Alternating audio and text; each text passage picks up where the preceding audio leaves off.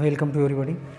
Class 12 transformation के अंतर्गत जो है अफर्मेटिव से निगेटिव सेंटेंस देखा गया और ये कहा गया था कि अफर्मेटिव से निगेटिव सेंटेंस के जो इंटरचेंजिंग पढ़ रहे थे उसमें अभी भी रूल शेष है, लेकिन उसको देखने के साथ साथ ये भी देखना पड़ेगा। अब जो है क्लास 12 वाले ट्रांसफॉर्मेशन के अंतर्गत वॉइस को देखते हैं। तो अब पढ़ने जा रहे हैं वॉइस के अंतर्गत देखिए क्या है कि जो ये क्लास 10th नहीं है, ये जो है इंटरमीडिएट है, तो इसमें जो है वॉइस ट्रांसफॉर्मेशन के अंतर्गत आना है। तो इसमें केवल एक्टिव वॉइस में सेंटेंस आएगा तो पैसिव वॉइस में बदल देना है। अगर ऐसा सोच रहे हैं तो ऐसा नहीं है। इंटरमीडिएट में क्या होगा, हो सकता है पैसिव वॉइस में आए तो एक्टिव वॉइस में बदलना पड़ेगा, यानी दोनों इंटरचेंजिंग होता है।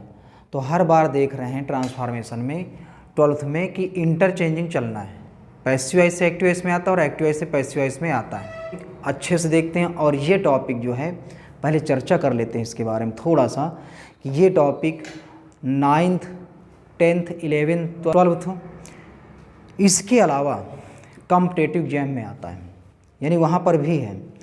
और अगर थोड़ा सा छोटी छोटी बातें करें तो 6 7 8 यानी 6 7 8th में भी इनको रख दिया जाता है। लेकिन अगर मुख्य बात किया जाए तो जो वॉइस है यानी एक्टिव वॉइस पैसिव वॉइस जो स्टार्ट हो जाते हैं 9th से बिल्कुल अच्छे से, बाकी ऐसे शुरू हो जाते हैं 6 से भी है, पढ़ाने वाले तो 5 वाले भी पढ़ने लगते हैं, टीचर भी पढ़ाने लगते हैं अपना। लेकिन मेन जो स्टार्टिंग इनकी होती है वो होती है क्लास 9th से। अब 9th से अगर होती है और पढ़ा जा रहा है यहाँ पे क्लास 12th वालों के लिए है तो उनको भी देखना है, और 9th वाले 10th वाले 11th वाले सब देखेंगे क्योंकि इंट्रोडक्शन चल रहा है। अगर इंट्रोडक्शन कंप्लीट है तो सब कंप्लीट है। तो बस अब आगे बढ़ते हैं वॉइस क्या होता है। लेकिन इंटर वाले विशेष ध्यान दें वॉइस कैसे पढ़ना है। हमें पढ़ना है इंटरचेंजिंग। कुछ पढ़ने से पहले अगर उसके बारे में गहन जानकारी प्राप्त कर लिया जाए तो वो बहुत अच्छा जाता है। तो बस अब स्टार्ट करते हैं वॉइस को जो है हिंदी में कहा जाता है वाच्य। इसको हिंदी में क्या बोलने वाले हैं, वाच्य बोलते हैं। अब पहले ये समझ लेते हैं कि वाच्य क्या होता है या फिर व्हाट इज वॉइस क्या होता है। तो इसको कह रहा है वॉइस के बारे में, वाच्य के बारे में कह रहा है वर्ब का वह फॉर्म, यानी वर्ब का वह रूप। फॉर्म मतलब क्या हो जाएगा, रूप, जो यह अभिव्यक्त करता है कि सब्जेक्ट स्वयं कुछ करता है। पॉइंट को समझना है यहाँ पे क्या कह रहे हैं, वर्ब का वह रूप जो यह अभिव्यक्त करता है कि सब्जेक्ट स्वयं कुछ करता है अथवा सब्जेक्ट किसी के द्वारा किए गए कार्य का परिणाम भोगता है।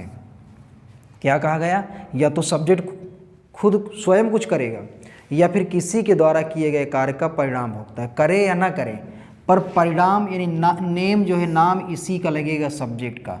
तात्पर्य ये है कि अगर डायरेक्टली कोई सब्जेक्ट कार्य करता है, सब्जेक्ट के रूप में कार्य करता है तो वो एक्टिव वॉइस हो जाएगा। और डायरेक्टली न कर करके इनडायरेक्टली कोई कार्य होता है, अर्थात कार्य कोई होता है और परिणाम सब्जेक्ट भोगता है, तो उसको क्या कहा जाएगा, पैसिव वॉइस। फिर से एक बार समझना, वॉइस की डिफिनीशन क्या बनी, कह रहा है वर्ब का वह रूप जो यह अभिव्यक्त करता है कि सब्जेक्ट स्वयं कुछ करता है, अर्थात कर्ता कुछ करता है, अथवा इसके अलावा सब्जेक्ट किसी के द्वारा किए गए कार्य का परिणाम भोगता है। तो ये डिफिनीशन केवल हो जाती है वॉइस की। इन्हीं दो बातों को ध्यान में रखते हुए, कौन कौन सी बात है, या तो सब्जेक्ट कुछ करेगा या तो किसी के द्वारा किए गए कार्य का परिणाम भोगेगा। तो इन दो बातों को ध्यान में रखते हुए वॉइस के 2 प्रकार हो जाते हैं। अब पहले और एक पॉइंट देख लेते हैं, क्या है कि अर्थात। इस पॉइंट का अर्थात देखते हैं, क्या मतलब है इसका। सब्जेक्ट सामान्यतः किसी कार्य के लिए, ये देखिए जो पहले बताया गया, डायरेक्टली रिस्पॉन्सिबल होता है। अगर कोई कार्य किया जाता है तो सब्जेक्ट उसका डायरेक्ट जो है रिस्पॉन्सिबल उत्तरदायी हो जाता है, अथवा इनडायरेक्टली रिस्पॉन्सिबल हो जाता है, यानी अप्रत्यक्ष रूप से उत्तरदायी हो जाता है। अगर प्रत्यक्ष रूप से होता है और एक अप्रत्यक्ष रूप से होता है तो इन 2 बातों को ध्यान में रखते हुए एक बार फिर से कहेंगे कि वॉइस के कितने प्रकार हो जाते हैं, 2। तो ये लिखा है यहाँ पर वॉइस 2 प्रकार के होते हैं। अब 2 प्रकार के कौन कौन से होते हैं, तो एक का नेम है एक्टिव वॉइस और दूसरे का है पैसिव वॉइस। तो इन दोनों को ध्यान से देखना है। अब एक्टिव वॉइस और पैसिव वॉइस, इसमें जो डायरेक्टली रिस्पॉन्सिबल दिया है, यानी कर्ता जब स्वयं कोई कार्य करता है तो उसको क्या कहने वाले हैं, एक्टिव वॉइस।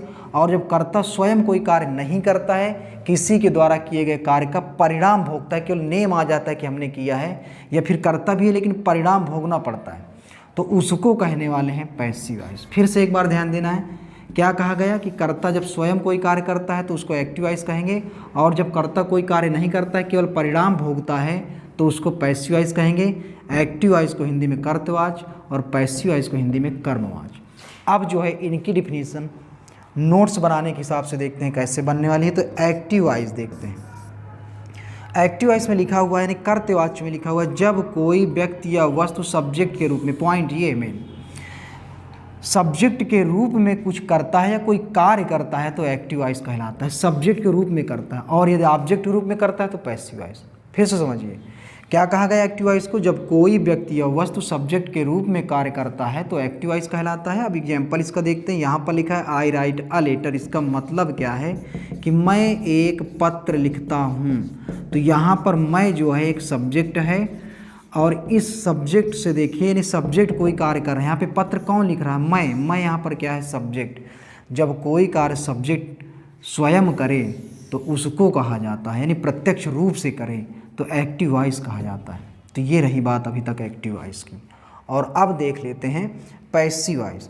तो पैसिव वॉइस को देखते हैं, इसमें क्या है, कर्मवाच्य में कह रहा है जब कोई व्यक्ति या वस्तु भी हो सब्जेक्ट के रूप में कार्य नहीं करता है। ऊपर वाले में सब्जेक्ट के रूप में कार्य करता है, यहाँ पर कह रहा है सब्जेक्ट के रूप में कार्य नहीं करता है, बल्कि किए गए कार्य का परिणाम भोगता है। ये बातें सब ऊपर हो चुकी हैं, और उन्हीं को देखते हुए इनके दो पार्ट्स हो गए थे। अर्थात ऑब्जेक्ट, यहाँ पर जे ऑब्जेक्ट के रूप में कार्य करता है। किसके रूप में कार्य करता है, ऑब्जेक्ट के रूप में कार्य करता है, पैसिव वॉइस कहलाता है।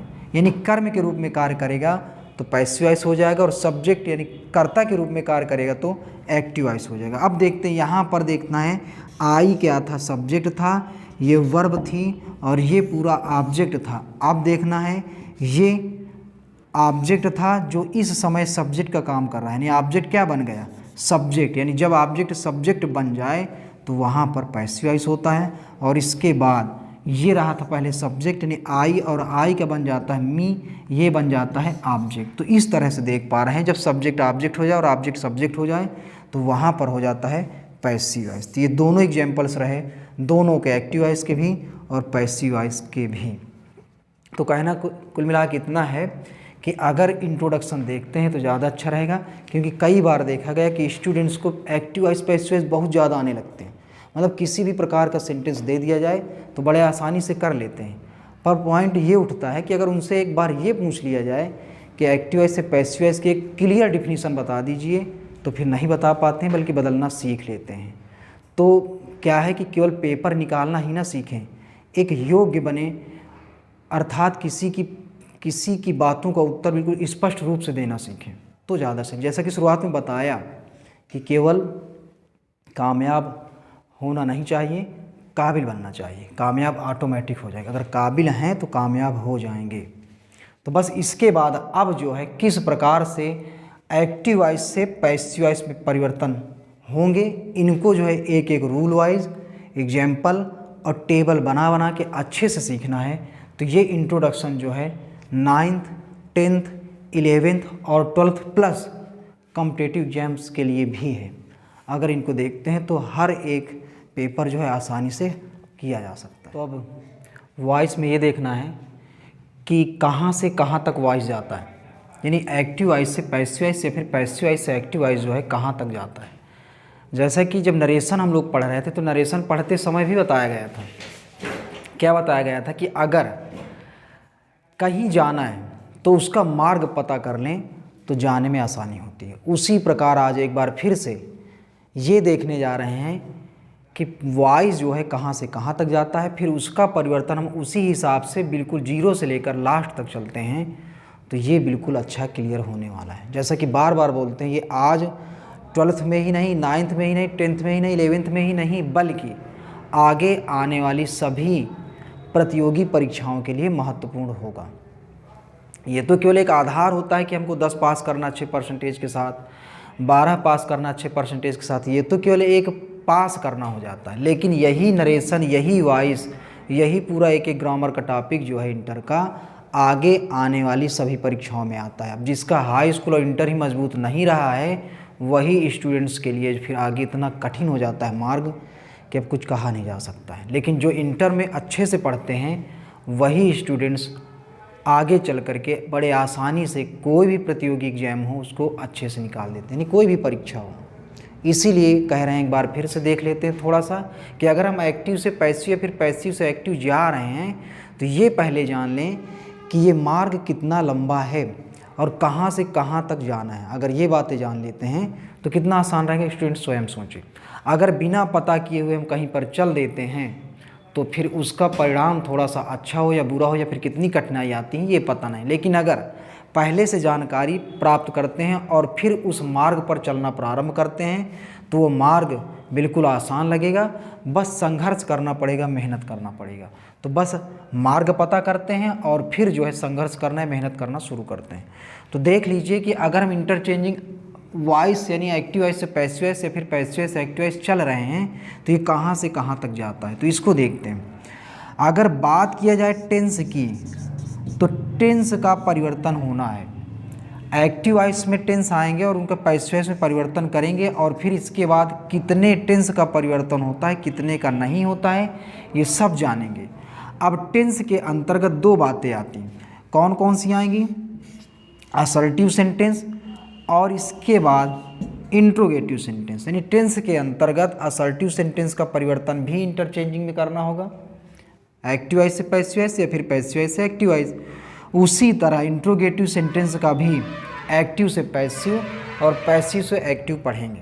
किसका किसका, असर्टिव का भी और इंट्रोगेटिव का भी। इन दोनों के अलावा आगे बढ़ते हैं तो इम्परेटिव सेंटेंस का देखते हैं। इसमें क्या कहा जा रहा है कि एक्टिव वॉइस से पैसिव वॉइस या फिर पैसिव वॉइस से एक्टिव वॉइस जो है इम्परेटिव सेंटेंस का भी पढ़ेंगे। और इनके अलावा सबसे महत्वपूर्ण बात करते हैं आज एक्सेप्शन की।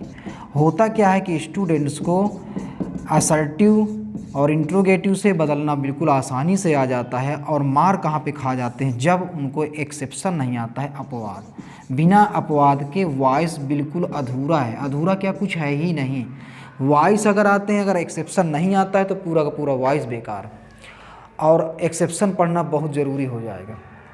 तो एक्सेप्शन ही महत्वपूर्ण होंगे। और कोई भी प्रतियोगी परीक्षा हो, कोई भी हो, तो उसमें मैक्सिमम बात करते हैं तो ये मान लीजिए कि 80% यानी 80% एक्सेप्शन ही रखे जाते हैं और इन्हीं से ज़्यादा चांस हैं। इसलिए पहले हम सीखते हैं साधारण सिंपल से और इसके बाद सीखने वाले हैं एक्सेप्शन। इंटर में भी ये ना मानिए, इंटर में तो 50-50 है, कुछ भी मतलब आ सकता है। ज़रूरी नहीं आधे में एक्सेप्शन आते हैं तो फिर आधे में असर्टिव या फिर इंट्रोगेटिव या फिर इम्परेटिव भी। अब इसके बाद इतने टॉपिक जान चुके हैं, एक और जान लेते हैं महत्वपूर्ण कि लेट से रिलेटेड रूल का भी कुछ होते हैं कि लेट से संबंधित सेंटेंस आ जाते हैं और उनका पैसिव वॉइस बनाना होता है। तो जिस प्रकार देखा गया था नरेशन में भी लेट से रिलेटेड रूल्स थे, ठीक उसी प्रकार अब जो है पैसिव वॉइस में देखना होगा लेट से रिलेटेड रूल, यानी वॉइस पे देखना होगा। तो बस इस टॉपिक को भी बड़ा मजबूत बनाना होगा जिस प्रकार स्टूडेंट्स का नरेशन बना है। नरेशन में एक एक जब एक्सेप्शन देखे गए, रूल्स देखे गए तो वो भी क्लियर हुआ था, ठीक उसी प्रकार अब जो है वॉइस को देखना है।